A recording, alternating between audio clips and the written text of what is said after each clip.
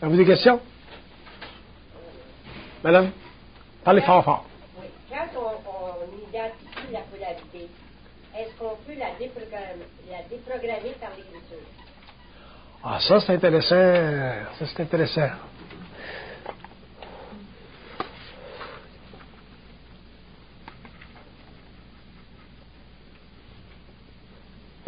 Ils disent que la déprogrammation, elle se fait par dissociation émotionnelle. Je vous donne un exemple. Supposons que vous avez un enfant, bon, disons un mari, puis il meurt, puis vous avez la culpabilité de pas vous être occupé de lui suffisamment dans votre vie. Bon, je vous donne un exemple. Fait que là, vous êtes polarisé, puis ça vous fait de la peine, vous pensez à ça, Fait que vous pouvez faire de l'écriture, puis dépendant du niveau de télépathie que vous avez, puis avec quel plan, parce que vous pouvez avoir contact avec un plan astral, donc avec une entité astrale, mais vous pouvez avoir, comme vous pouvez avoir contact avec le plan mental, qui est votre source. Fait que là, à ce moment-là, vous allez avoir des réponses différentes. Mais en faisant de l'écriture automatique, ou de l'écriture, vous pouvez avoir des bons renseignements, dans le sens que vous pouvez avoir, dépendant de votre vibration, là, votre réceptivité, vous pouvez avoir des réponses intelligentes concernant ça.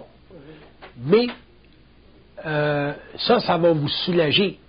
Mais au niveau d'éliminer la programmation, autrement dit, de ne plus souffrir de ça, il va falloir un jour, éventuellement, que vous désémotiviez le phénomène. En désémotivant le phénomène, autrement dit, en éliminant l'émotion dans le mental, à ce moment-là, ben, vous allez éliminer cette programmation-là, puis vous allez dépolariser votre mental, puis éventuellement, vous allez être libre de cette culpabilité-là. C'est ce que ça fait présentement, ça me libère. C'est ça. C'est qu'au lieu de l'avoir là, je l'écris, puis j'y pense plus, je peux le déchirer, puis ça règle mon problème émotivement, automatique. Puis ça, je fais ça depuis 4 ans, ça marche. C'est une bonne technique. C'est une étape. C'est une étape. Seulement, c'est pas une étape absolue parce que ça revient à la conversation que j'avais avec une de vous autres tout à l'heure, là. Quand vous parlez votre problème avec quelqu'un, ou quand vous parlez votre problème avec vous-même dans l'écriture, vous ne transmutez pas le problème. Vous faites simplement le voir d'un autre point de vue. Mais pour que le problème soit transmuté, éliminé, autrement dit, qu'il ne revienne plus quand vous allez avoir un autre mari. Supposons qu'un jour vous avez un autre mari, que la même situation se reproduit, pour que le problème ne revienne plus, il faut qu'il y ait transmutation du corps émotionnel. Fait que l'écriture, parler avec quelqu'un, ça soulage l'âme. C'est un soulagement, mais ce n'est pas une transmutation du corps émotionnel. Je vais vous donner la différence entre les deux. Mais c'est bon que vous faites. C'est bon de faire ça. Ça me libère. C'est ça. Qu'est-ce que c'est de la transmutation? La transmutation du corps émotionnel. Qu'est-ce que c'est, la transmutation?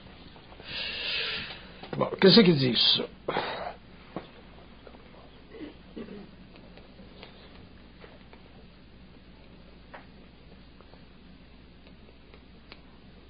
Il dit la transmutation du corps émotionnel, c'est la capacité de l'ego d'accepter la polarité, mais de ne pas s'y attacher.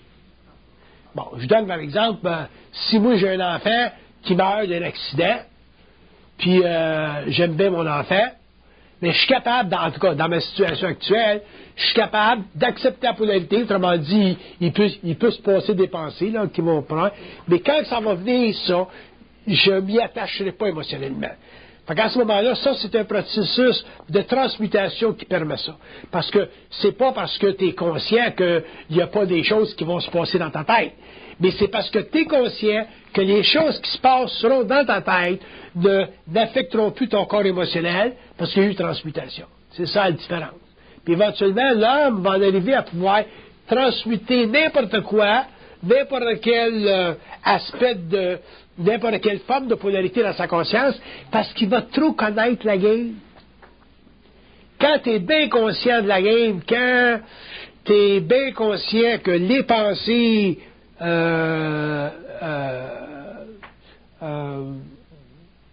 Comme tout à l'heure, j'étais à table dans le restaurant, là. Femme le tape une minute parce que je veux pas.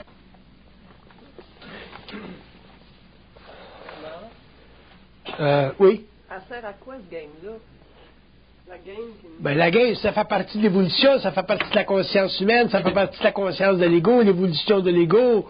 On est en évolution de conscience. Sur la Terre, on n'a pas de conscience créative, on a une conscience expérimentale. On est des êtres, on est des âmes en incarnation, nous autres. On est des âmes qui incarnent dans un corps physique, puis on prend de l'expérience, puis on meurt, puis on revient, ainsi de suite. Mais dans tout ce processus-là, du corps matériel puis de l'âme ici, il y a l'esprit. L'esprit, c'est eux autres, c'est supplémentaire. Puis ça, cet esprit-là, cette lumière-là veut éventuellement connecter avec l'âme puis connecter avec le mental de l'ego pour créer une unité de conscience humaine très évoluée, c'est-à-dire où la conscience cosmique, universelle, appelez ça comme vous voulez, est active sur le plan matériel. Ça fait partie de ce que j'appelle moi l'évolution. Tout le reste, c'est l'évolution. Fait que dans ce processus-là, pour passer de l'involution à l'évolution, pour passer de l'inconscience à la conscience, pour passer du rêve à la réalité, à ce moment-là, il faut que eux autres, sur le plan mental, dans leur travail en relation avec l'ego, testent l'ego. Maintenant qu'on a accès à une psychologie évolutionnaire, on peut comprendre comment ça marche parce qu'il nous l'explique. Avant, on ne pouvait pas, parce qu'on était dans l'évolution, donc à ce moment-là, on était obligé de subir notre conscience égoïque. On la subissait. Fait que si t'étais un curé, tu subissais ta conscience égoïque de curé. Si t'étais un artiste, tu subissais ta conscience égoïque d'artiste. Si t'étais un génie, tu subissais encore ta conscience égoïque de génie, puis tu te pensais que bien intelligent, puis bien orgueilleux, parce qu'un génie, automatiquement, va se penser bien intelligent, donc il va se penser orgueilleux.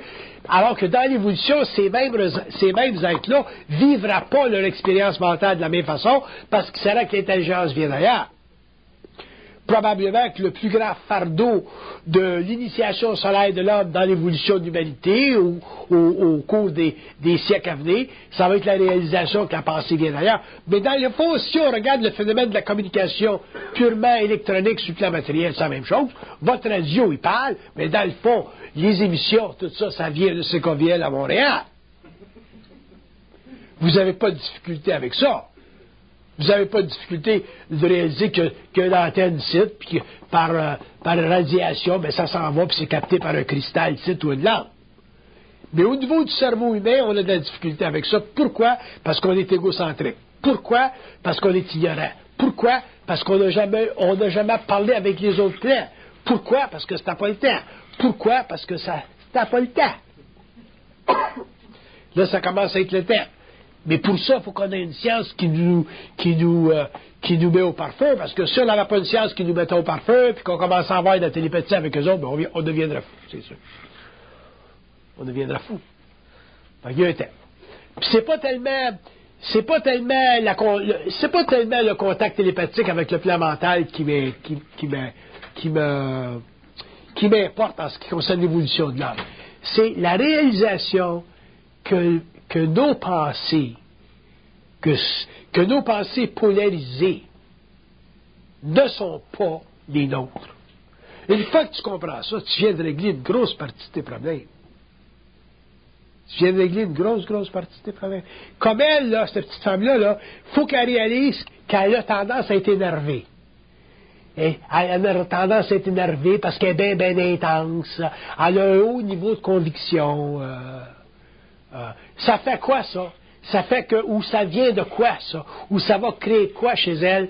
Ça peut créer chez elle une forme de conscience qui va avoir tendance à enseigner aux autres. Mais pour enseigner à l'homme, il faut que tu en arrives éventuellement à comprendre les mécaniques de la pensée pour pas introduire l'homme dans un état de conscience qui est dominé par la tienne. Parce qu'elle a une forte vibration, elle, là. Fait que si elle parle à une de ses chums, elle peut facilement la convaincre de sa façon de voir. Si l'autre n'est pas suffisamment dans son identité, à ce moment-là, ben, elle va être dominée sans s'en rendre compte par elle. Fait qu'à ce moment-là, c'est ça que j'ai contre le phénomène d'enseigner à l'homme. Enseigner à l'homme, c'est une chose, mais un jour, il faut qu'on en arrive à libérer l'homme. Mais comment voulez-vous qu'on libère l'homme si on n'est pas libéré nous-mêmes? Tu comprends-tu? Fait que c'est un long processus. Mais en attendant, elle peut faire du grand bien du monde dans le coin parce que c'est une petite femme intelligente. Et vive. Fait que c'est comme ça que ça marche. Ça fait partie de la domination.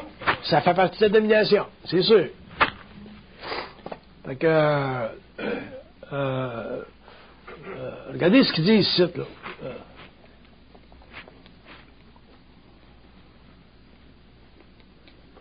Ils disent que c'est bien, bien important pour l'homme de pouvoir concevoir qu'il n'est pas seul dans sa tête.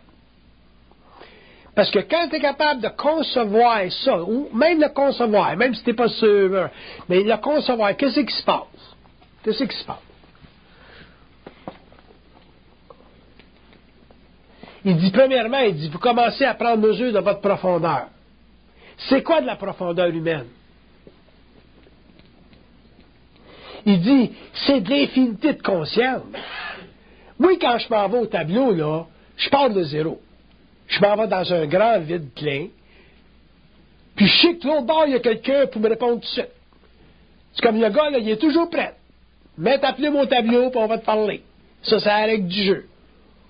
Fait que, quand je m'en vais au tableau, moi, en tant qu'égo, en tant que personne, je suis plus là. Je disparais, là. Je canalise complètement, puis à ce moment-là, l'information passe, puis elle sert à tout le monde parce que c'est tout ajusté à la vibration de la salle pour la journée, ça. Mais si l'homme n'est pas capable au niveau de l'ego, au niveau de ses pensées, s'il n'est pas capable de concevoir que la pensée vient d'ailleurs, il ne pourra jamais en arriver à bénéficier ou à plonger dans ses grandes réserves. Donc, il n'y aura jamais une mesure de sa profondeur.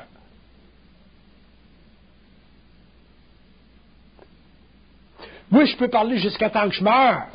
J'aurai toujours quelque chose à dire. Peut-être que je vais prendre le même sujet, mais je vais l'approcher d'un autre point de vue pour que le monde le voie d'un autre point de vue. Pourquoi? Parce que c'est sans fin, ça. Mais pour ça, il faut que l'ego soit capable de reconnaître qu'il y a une autre dimension à sa réalité. Puis l'autre dimension à sa réalité, c'est où sa pensée n'est plus polarisée. Parce qu'avec une pensée polarisée, tu n'es pas capable tu peux pas connecter là. Parce que la pensée polarisée, c'est le seuil de ta conscience égoïque. Pour aller au-delà de ta conscience égoïque, rentrer dans une conscience télépathique ou universelle, à ce moment-là, il faut que tu sois capable de réellement dépolariser ta pensée, autrement dit, ne pas t'y accrocher quand tu vis tes souffrances, tes douleurs, puis tes expériences psychologiques humaines. Si tu n'es pas capable de faire ça, l'homme n'arrivera jamais à avoir une mesure de sa profondeur. Puis l'homme a une profondeur abominable, c'est un grand, c'est sa petite fille. La conscience, c'est la conscience. C'est pas sorcier, la conscience. C'est bien simple. Regarde ce qu'ils disent. Pour que l'homme comprenne sa vie, il faut qu'il puisse se l'expliquer à partir de notre façon de la voir, pas de la sienne.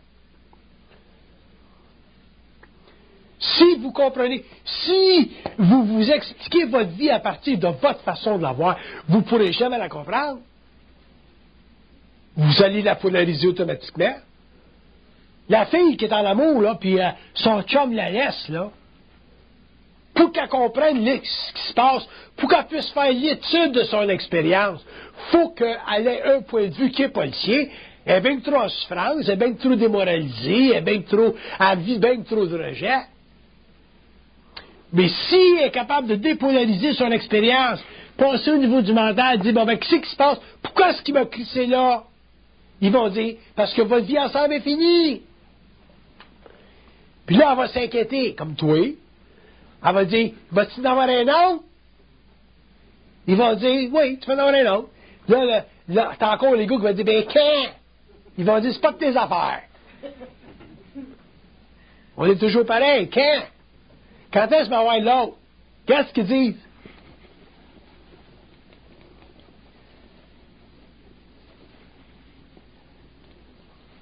Il dit, vous avez de la difficulté à vivre le vide. Pas de chum. Il faudrait qu'on vous dise, tu n'auras pas de chum avant 45 ans. Il dit, vous gèleriez net. Fait qu'on vous le dit pas, on vous dit, un jour, tu vas en avoir un. Mais dire à une femme qu'elle va avoir un chum dans 45 ans, dans 30 ans, un mari à 65 ans, elle rentre chez ça tout de suite.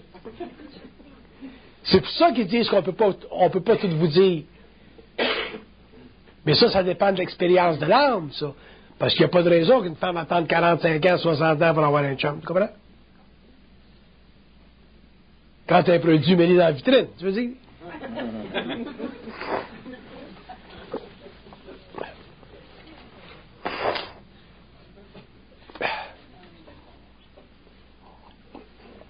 Pourquoi est-ce que j'ai du fun, moi, dans le fond? Pourquoi est-ce que moi, je travaille pas? Pourquoi est-ce que je travaille pas? Puis pourquoi est-ce que j'ai du fun? Puis pourquoi est-ce que j'aime ça donner mes conférences après des années, puis des années, puis des années, puis des années? Parce que je vais au tableau, puis ça passe.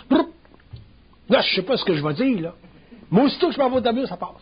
C'est merveilleux de travailler de même. Puis c'est toujours ajusté à la salle. Moi, j'apprends des affaires, le monde apprend des affaires. Mais si t'es dans l'ego, puis t'es polarisé, puis là, tu commences à avoir l'inquiétude que t'as-tu quelque chose à dire, tout d'un coup, qu'il passe rien dans le crayon, là, t'es fait.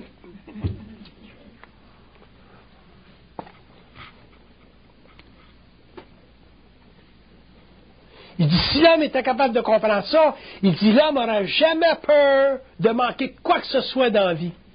C'est pour ça qu'on a toujours peur de manquer. On peut avoir de chum, pas avoir de job, pas avoir assez d'argent, pas avoir assez de ça. Parce qu'on n'a pas cette connexion-là avec eux autres.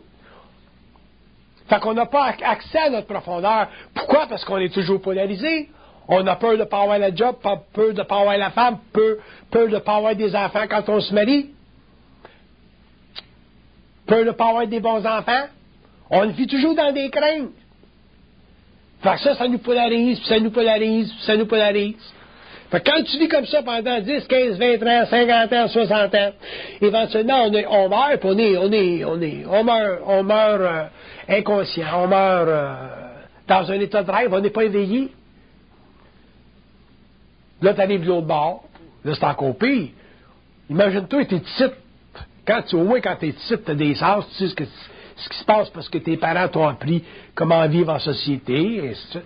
Mais quand tu meurs et tu arrives de l'autre bord, là, tu sais pas comment ça marche l'autre bord, là, tu peux vivre un mot de choc, ça peut te prendre un bon bout de temps avant de rencontrer quelqu'un qui va te dire, bon, mais t'es mort, là, Jean-Paul, là, tu sais.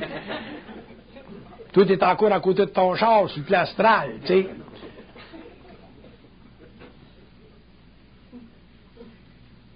Puis t'es à côté de ton char, puis tu penses que t'es encore vivant, tu sais. Pourtant, l'autre, il dit, t'es mort. Ça prend quelque temps pour réaliser que t'es mort. Puis ça, c'est sur le plan astral. Il n'y a pas que le plan astral. Quand tu meurs, tu t'en vas le plan astral, mais tu peux aller ailleurs aussi. Mais ça dépend de ton niveau de conscience. La mort ou l'astral, c'est pas la fin du monde. C'est le début de l'autre bord. Mais c'est pas la fin du monde. Fait qu'un jour, l'homme va arriver de l'autre bord, il va être content d'arriver de l'autre bord. Il n'y aura pas de problème d'arriver de l'autre bord. La mort, d'ailleurs, ça n'existe plus dans sa conscience. Nous autres, on a peur de la mort parce qu'on ne sait pas ce qui va arriver de l'autre bord. On n'est même pas capable de parler avec eux autres sites. Fait qu'imagine-toi les choses. Quand tu n'es pas capable de parler avec eux autres sites, tu es en conscience réflexive toute ta vie, tu meurs, tu arrives de l'autre bord, tu es réellement, tu as un gros problème d'identification.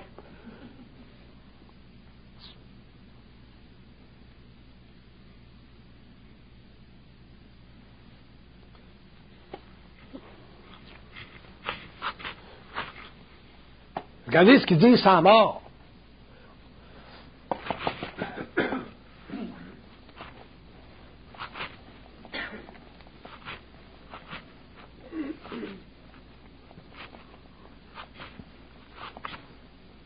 Il dit la mort, il dit c'est la façon d'être en conscience astrale qui vous permet de ne pas vouloir vous rattacher à la matière. Ça, c'est de la mort. Quand tu rêves, quand tu es couché le soir, tu es dans la mortalité, c'est de la mort, ça. T'es découpé de tes sens. C'est la seule raison que tu meurs pas, tu te réveilles le matin, c'est parce que tu as encore un cordon là, qui tient ton corps astral qui est connecté au plexus solaire. Sans ça, tu ne reviendras pas le lendemain matin. La journée que tu vas mourir, c'est ce qui se passe. Le cordon est coupé, puis tu ne reviens plus. Tu sais, bon, il n'y a rien là.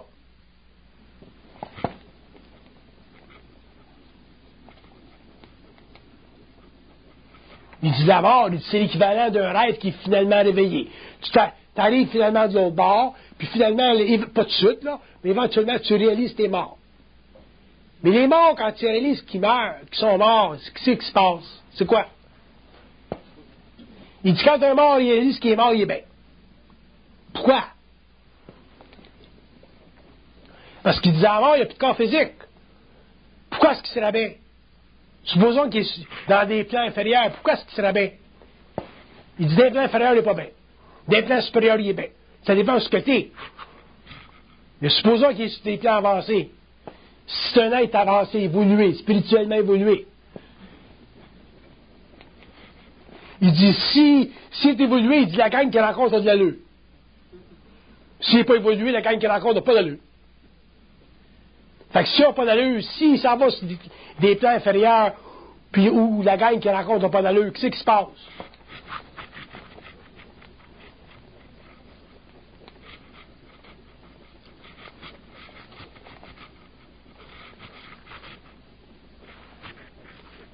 Bon, il dit dans ce temps-là, il dit, tu vis des expériences dans ces plans-là qui te rappellent tes souffrances que tu avais sur la terre.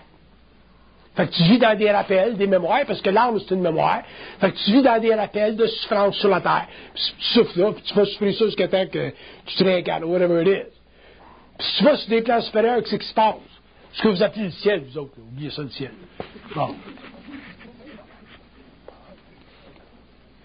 Il dit, si vous appelez sur des plans avancés, bien, vous oubliez facilement la terre. Fait qu'autrement dit, si tu fais, c'est quoi? Pour définir, si on veut définir la mort d'une façon expéditive, là, parce qu'on peut en parler pendant des siècles, la mort, tu as des plans inférieurs, tu as des plans supérieurs, puis plus tu es évolué, plus tu t'en vas sur des plans supérieurs, plus tu perds la mémoire de la Terre. Donc, les gens qui sont dans des plans inférieurs, ils ont une grande, grande mémoire de la Terre. Ceux qui sont pas évolués, puis qui ont vécu des chocs au niveau de leur corps, dans des accidents, par exemple. Si tu n'es pas évolué et tu vis un accident, tu peux traîner à côté de ton Chevrolet pendant bien, bien longtemps. Comprends-tu? Fait qu'à ce moment-là, ça, c'est avoir bien de la mémoire de la Terre. Tandis que quand tu es évolué, tu es rendu ici, tu oublies la mémoire de la Terre. Les gens qui veulent communiquer, là, qui veulent communiquer avec des êtres chers qui sont évolués, ils ne peuvent pas le faire parce qu'ils ont tout oublié. Mais si tu veux communiquer avec un esprit qui est inférieur, là, qui peut se matérialiser, là, tu peux le faire. Les poltergeists, ça, c'est un exemple. C'est tout du monde qui ne sont pas évolués, ça. Tandis que les gens qui sont moindrement évolués, il y a une barrière ici, là, puis rendu ici, qui n'ont plus la mémoire. Tu n'as pas, toi, la mémoire que quand... Vous ne l'avez pas, vous autres, la mémoire que quand vous étiez mort, eux autres, ils n'ont pas la mémoire quand ils étaient vivants. Fait que c'est simple. Pourquoi est-ce que c'est de même?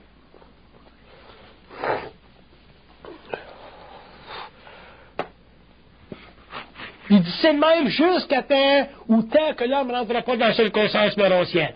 C'est quoi une conscience morontielle? Il dit, c'est une conscience qui est partout. Ça veut dire quoi? Il dit, ça veut dire qu'elle est dans tous les temps, présent, passé, futur. Fait que quand tu meurs, tu sors de ton corps physique, en corps astral se sépare, corps éthérique se sépare, corps mental se sépare, tu demeures toujours uni à eux autres, parce que le contact ne se brise pas. Quand le contact ne se brise pas, qu'est-ce que tu as? Tu as une conscience continue. Fait qu'un homme, un jour, qui mourra en conscience morontielle, il aura une conscience continue, donc il pourra aller sur tous les plans. Il pourra aller là, en haut astral, en bas astral, puis il pourra sortir du plan astral, aller dans les mondes morontiels, mais il aura toujours conscience d'être. Ça veut dire quoi, ça, avoir conscience d'être? Ça veut dire avoir une conscience perpétuelle. Les morts n'ont pas de conscience perpétuelle. Fait que quand tu n'as pas de conscience perpétuelle, qu'est-ce que tu es?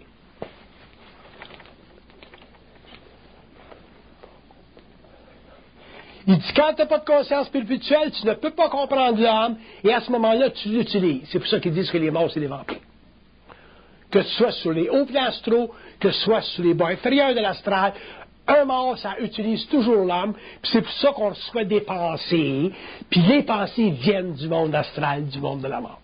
les pensées qu'on a, l'énergie, la pensée qui est ici, qui vient des plans astraux, est utilisée par eux autres pour nous mettre en vibration. Mais la pensée elle-même, essentiellement, sa structure, son architecture, elle vient toujours du monde astral. Si l'homme est en conscience moroncielle, l'homme ne pensera jamais, il y aura toujours une conscience télépathique avec le plan mental. Enfin, c'est une grosse... Reste tranquille. L'homme n'aura pas de conscience réflective. Il y aura une conscience télépathique avec eux autres. Ayant une conscience télépathique avec eux autres, qu'est-ce qui se produira?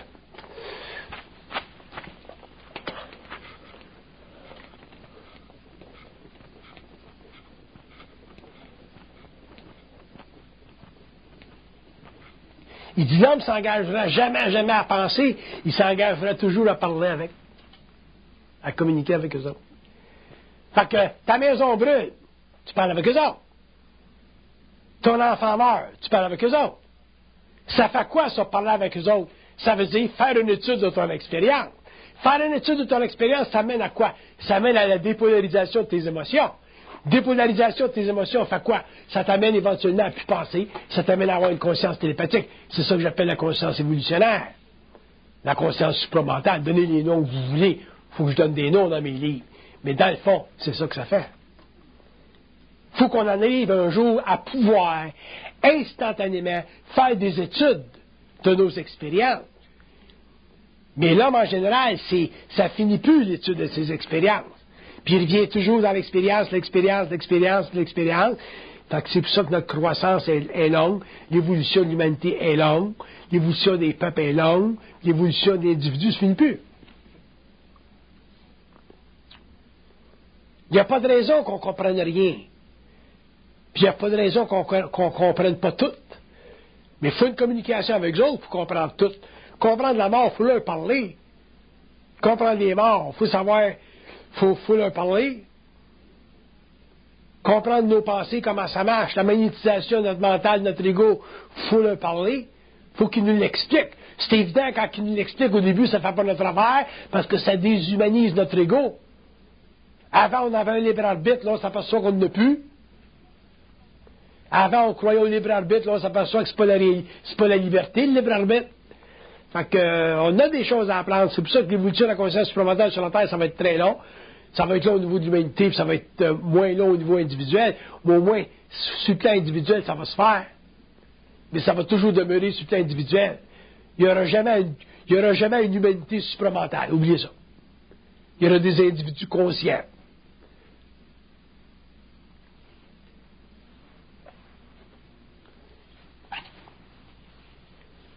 Mais qu'est-ce qui nous manque en tant qu'homme? Il nous manque cette liberté il nous manque cette liberté de mettre le doigt sur notre profondeur, de plonger dans ce vaste océan-là qui est la conscience universelle, puis aller chercher l'information qu'on a besoin pour vivre, pour comprendre, comprendre le monde. Moi, dans mon travail, il faut que je connaisse, il faut que je sois capable d'aller vous voir et me dire, bon, mais toi, telle affaire. Mais ça fait partie du contact avec les plans. Ça ne vient pas de ta poche. Fait que...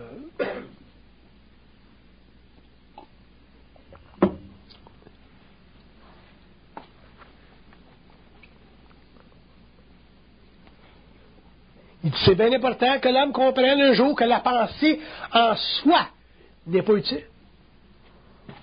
Si vous ne comprenez pas que la pensée en soi n'est pas utile, vous allez toujours lui donner une valeur, vous donnez une valeur à votre pensée, vous allez polariser. Ton gars meurt en dessous des roues d'un taxi driver à Montréal. Si tu donnes de la valeur à la pensée, si tu n'es pas capable de comprendre que la pensée en soi n'a pas de valeur, tu vas lui donner de la valeur à ta pensée, tu vas polariser, tu vas vivre des émotions, tu vas vivre toutes sortes de choses. La pensée en soi, ça n'a pas de valeur. Fait que ça sert à quoi? Il dit ça sert simplement à vous faire souffrir. C'est ça l'évolution. Ça vous permet d'évoluer, parce que le corps mental évolue, le corps émotionnel évolue. On a des pensées plus sophistiquées aujourd'hui qu'on avait il y a 3000 ans.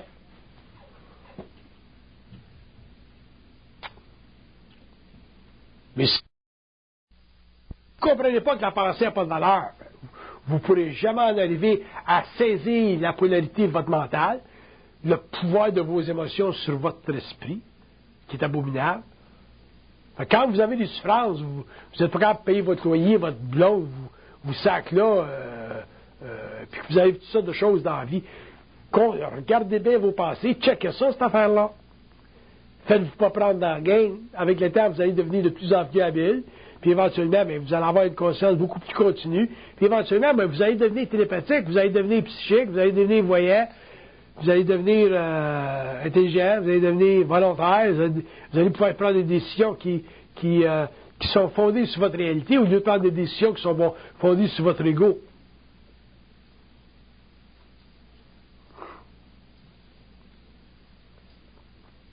On peut pas comprendre la vie par philosophie puis à travers l'ésotérisme. Puis assez pour l'homme l'ésotérisme.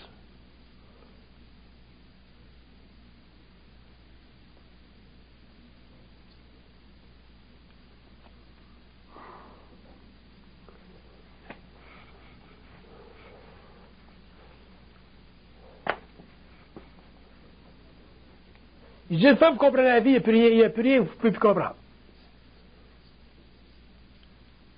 Pourquoi? Parce qu'à ce moment-là, ben, vous avez le doigt dans votre propre conscience océanique, dans votre propre profondeur. Vous avez toujours accès à eux autres. Ils sont toujours là, eux autres. Moi, je me rappelle au début de mon initiation en 69, là, au début de la fusion, je disais, puis dans ce temps-là, c'est plus comme ça aujourd'hui, mais dans ce temps-là, c'était 24 heures par jour la placote avec eux autres, là, pour dépolariser mon mental. Je disais, sacrément, vous dormez jamais, vous autres? Je disais, dormir, c'est bon pour toi. 3 heures du matin, 5 heures du matin, 6 heures du matin, 24 heures par jour. Je peux bien avoir les yeux grands comme une assiette. Si, ouais, donnez-moi un break. Puis là, beau niaiseux, là, parce qu'on est niaiseux, on connaît pas la game, là. Là, tu parlais que les autres sont toujours là, pis tes grands chums, pendant des années, puis des années, des années. Puis un jour, là, ils ont coupé le contact. Paf! Je m'ennuyais comme un veau. 1 minute, ils ont coupé le contact. Je m'ennuyais comme un veau. Je me rappelle, j'étais à Vancouver, j'avais des grosses larmes. Ils ont dit, on va te casser les pieds encore pour 3 ans. Ça a pris 7 ans, là, avant que je puisse supporter l'absence de contact télépathique avec eux autres, là, puis commencer à vivre dans le vide. Ça m'a pris 7 ans. Pour aujourd'hui, bien, je connais quelques autres quand je veux. Fait que la pensée, on va vous en donner d'autres aspects de la pensée.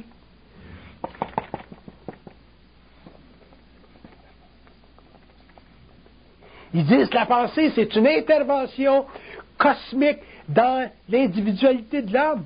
C'est une intervention.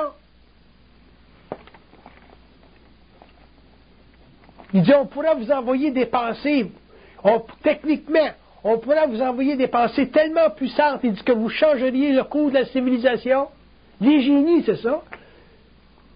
Des gars comme Einstein, là, puis Fermi, tous ces gars-là, Victor Hugo, puis je ne sais pas, moi, toute la gang de brillants qui ont donné un cours à notre civilisation, ça vient des plans. Mozart qui a 4 ans et qui fait ses sonates, ça venait pas de sa poche, ça. Oubliez ça, le code génétique.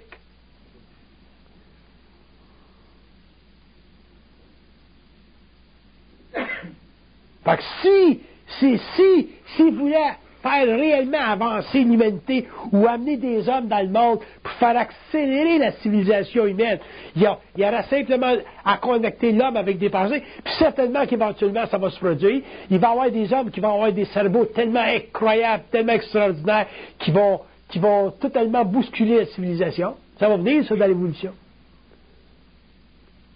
Il y a un temps pour ça.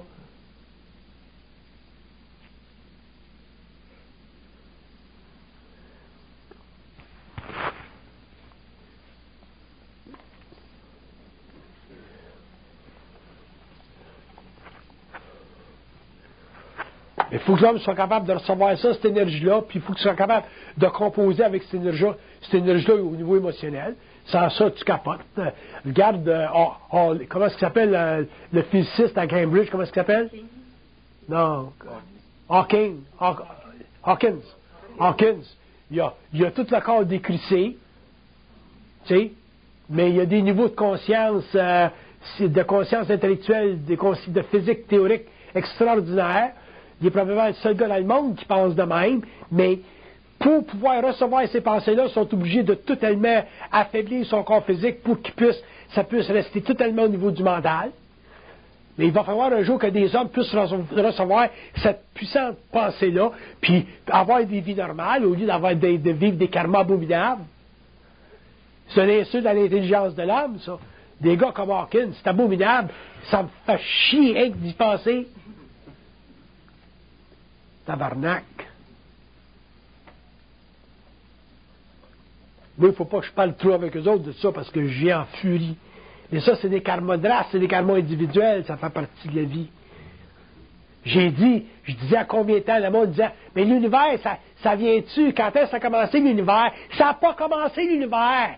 Ça fait des années, je dis, ça n'a pas commencé l'univers. Là, ils commencent à développer des théories mathématiques pour prouver que l'univers n'a pas commencé. Il y a eu un Big Bang, puis avant ça, il y avait d'autres Big Bang, puis il va y avoir un autre Big Bang avant. Puis là, on essaie, nous autres, on veut, en tant que scientistes, là, absolument cerner les Big Bang. On veut absolument donner une infinité à la réalité. Une finitude à la réalité. Il n'y en a pas de finitude à la réalité. Donner une finitude à la réalité, c'est incorporer dans la mémoire de la conscience cosmique sur la Terre, à travers un cerveau imprimé de lumière, une virtuosité qui est fondamentalement en erreur parce que le phénomène, le cosmique, la réalité, le tout, on va appeler ça comme cette chose qui s'exprime de toutes les manières, ça ne fait pas partie de ce que l'homme a besoin de comprendre. C'est un phénomène qui est à part. La réalité, c'est à part. La seule chose que l'homme peut comprendre dans la réalité, c'est sa connexion à lui personnelle avec cette infinité-là. Si l'homme veut essayer de comprendre sa partie à lui par rapport à l'infinité et extrapoler sur ça à l'infinité, bien éventuellement il va capoter. Pourquoi? Parce que tu ne peux pas penser des concepts qui par eux-mêmes neutralisent l'infinité. Fait qu'on va le comprendre ça un jour. Pourquoi est-ce que je dis que la pensée c'est une illusion nécessaire, que l'homme un jour va arrêter de penser, que l'homme va rentrer en conscience télépathique? Tu commences à leur poser des questions aux autres sur l'origine des temps, l'origine des espaces, l'origine de l'énergie. Ils vont te dire c'est pas de tes affaires. Ça, c'est une réponse intelligente, c'est pas de tes affaires. S'ils commencent à te donner des réponses de ça, à leur niveau, dans ton corps physique, bien, tu finis par affliger. C'est sûr. Fait qu'on est niaiseux. Pourquoi est-ce qu'on est niaiseux? On est niaiseux pas parce qu'on n'est pas intelligent. On est niaiseux parce qu'on a un ego qui réfléchit et qui veut tout comprendre. Alors qu'on devrait avoir un ego qui ne réfléchit pas et qui sait tout. Ça veut dire quoi, ça, savoir tout? Ça veut dire accéder à ce que tu as besoin pour toi de savoir, c'est tout. Moi, si tu me poses une question, je me donne une réponse. Si tu me poses une question, je me donne une réponse. Si tu me poses une question, je me donne une réponse. Et moi, j'en ai pas de question. Parce que je veux rien savoir. Je veux rien comprendre. Je suis content de rien comprendre.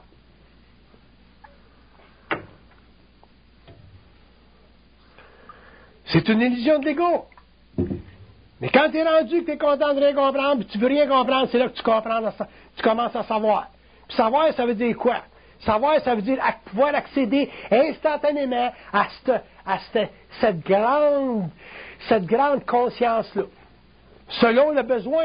Toi, tu as besoin, je vais aller le chercher. Toi, tu as besoin, je vais aller le chercher. Moi, je n'ai pas besoin, je pense pas. C'est la seule différence entre moi et vous autres. C'est pas parce que je suis plus intelligent que vous autres. C'est parce que je veux moins en savoir que vous autres. Puis j'en sais plus que vous autres. Mais ça, c'est dur à comprendre.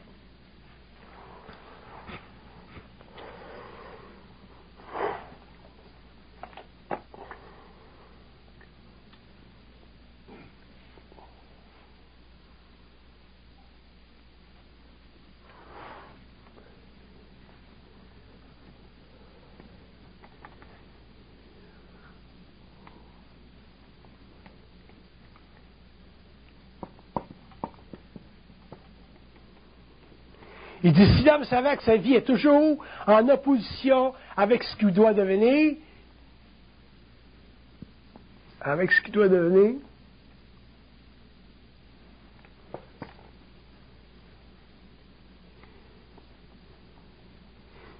il dit, il comprendra ce qu'il doit devenir. Si l'homme savait que sa vie est en opposition avec ce qu'il doit devenir, il serait toujours en évolution vers un devenir. Mais on ne sait pas que notre vie est en opposition avec notre devenir. On pense que notre vie, ça devra être ce qu'on veut. La vie, elle ne peut pas être ce qu'on veut. Si la vie était ce qu'on veut, moi, je voudrais être millionnaire. Si je voudrais être millionnaire, je voudrais être sur la plage. Je ne viendrai jamais ici vous donner une crise de conférence en fin de semaine.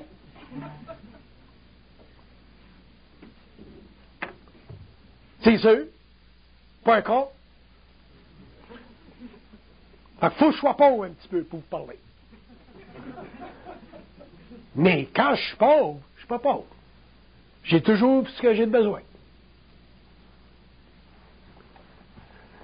Fait que c'est comme ça que ça marche. Fait que, regardez ça, l'affaire de la pensée. Ça flatte. Eux autres sont ici. Nous autres, on est ici. Puis ils prennent celle-là, puis ils te l'envoient. Toi, tu pognes. Donc, tu es polarisé. Donc, l'ego vibre. Tu es en conscience expérientielle. Si tu es intelligent, tu commences à faire l'étude de ton expérience. Pour faire l'étude de ton expérience, il faut que tu sois bien proche de ton mental. Tu peux commencer à faire d'écriture comme elle a fait, sur du papier, c'est bon. Mais c'est pas fini. Un jour, vous n'aviez pas besoin de faire du papier. Vous devrez être capable de savoir instantanément, en conscience télépathique. Avez-vous des questions? Puis gênez-vous pas, hein, avec moi au niveau de vos questions, parce que vos questions sont bien plus importantes que vous pensez. Moi, je parle toujours de l'universel vers le particulier. Mais avec vous autres, je parle du particulier vers l'universel, puis j'apprends, puis vous apprenez bien plus en me posant des questions que vous pouvez apprendre moins quand je vous parle. Parce que c'est trop large, ça. Parce que quand vous me posez des questions, vous prenez toutes, on va chercher là-dedans des réponses qu'on n'aurait pas pensé avant. Fait que vos questions sont bien importantes. Puis le monde qui sont gelés, là, puis qui pensent qu'ils ne sont pas assez avancés, là, pour poser des questions à un gars comme moi, là, faites-la sauter, cette illusion-là. Puis quand vous allez la faire sauter, cette illusion-là, vous allez avoir des salles en fin de semaine bien, bien intéressantes. Oui. Un enfant, à partir de quel âge il est polarisé dans sa pensée? À partir de l'ego, pas mal. 7 ans. Quand vous allez à l'école, 7 ans, là, la polarisation. Avant ça, il n'est pas polarisé. Bien, il est polarisé avant ça, mais c'est parce qu'avant ça, un enfant, il est très, très contrôlé par les forces spirituelles. Mais à 7 ans, les forces spirituelles lancent le job pour que l'ego se développe. Parce qu'un enfant qui ne sera pas... Si les forces spirituelles ne se retiraient pas de la conscience d'un enfant, mais tu auras un enfant de 10, 15, 20 ans qui sera gaga, tu sais. Fait que l'ego commence à se développer à 7 ans, les forces spirituelles sortent. Puis c'est à ce moment-là que la polarisation commence, parce que les parents ne savent pas réellement comment ça marche la conscience. Fait que l'enfant se polarise, puis on grandit avec ça, puis ça reste avec nous autres. Une autre question. Dans tout ça, quand même, la peur joue un rôle très, très négatif. Ah bien, c'est sûr, c'est sûr. Mais la peur, elle joue un rôle négatif, mais elle joue aussi un rôle de protection. Tu rentres dans une cage avec un lion, il faut que tu aies un petit peu de peur, sans ça, tu vas te faire manger. Puis à part de ça, mais il y a des peurs qui sont réellement subjectives, qui ne devraient pas être, puis ça fait partie de notre polarisation. Puis plus on élimine ces peurs-là, bien plus on rentre dans notre essence. Puis plus on rentre dans notre volonté, de notre créativité, puis plus on va loin dans notre profondeur, puis plus on a des vies qui sont réellement à la mesure de notre nobilité, de notre noblesse. La peur, c'est très grave. Regardez ce qui se passe en Europe avec la peur. C'est très grave, la peur, c'est sûr. Oui, question?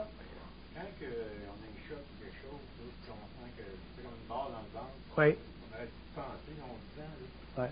Évoluer pour combattre ça. Ouais, ça fait partie de votre expérience, puis ça fait partie de votre condition aussi. Puis avec.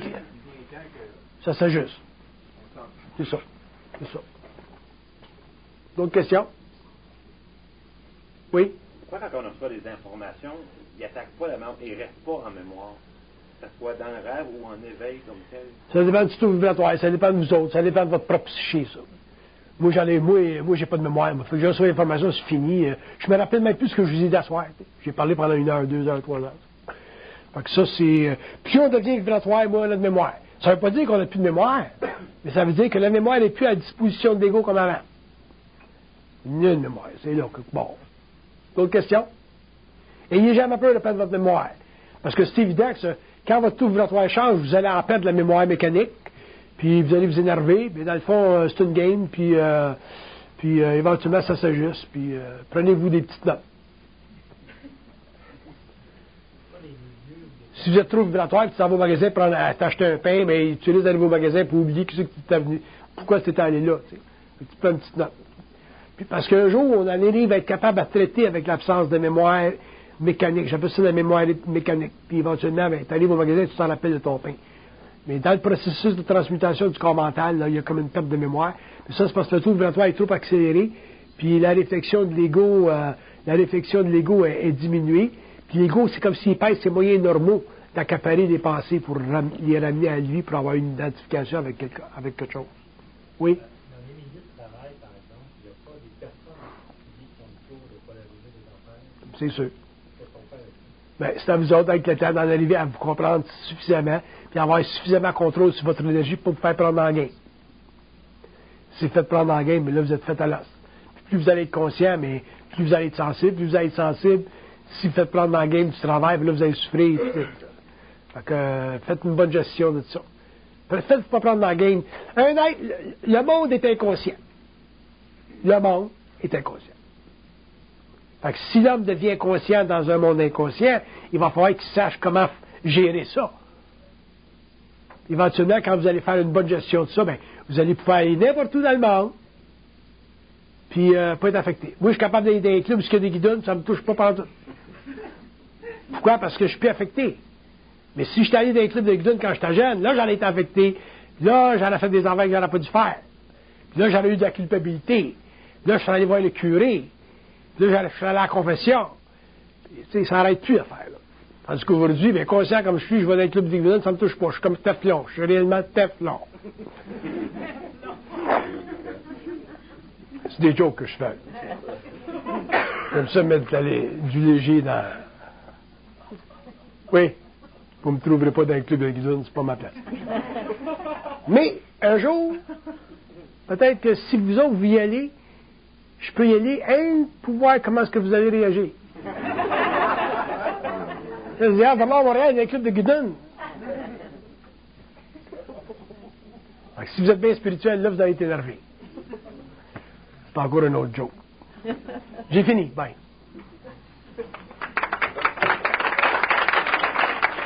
Vos questions sont bien importantes. Bien importantes. C'est bien. Si vous saviez comment ça marche, les questions, regardez bien ce qu'ils disent. Fini, là. C'est fini.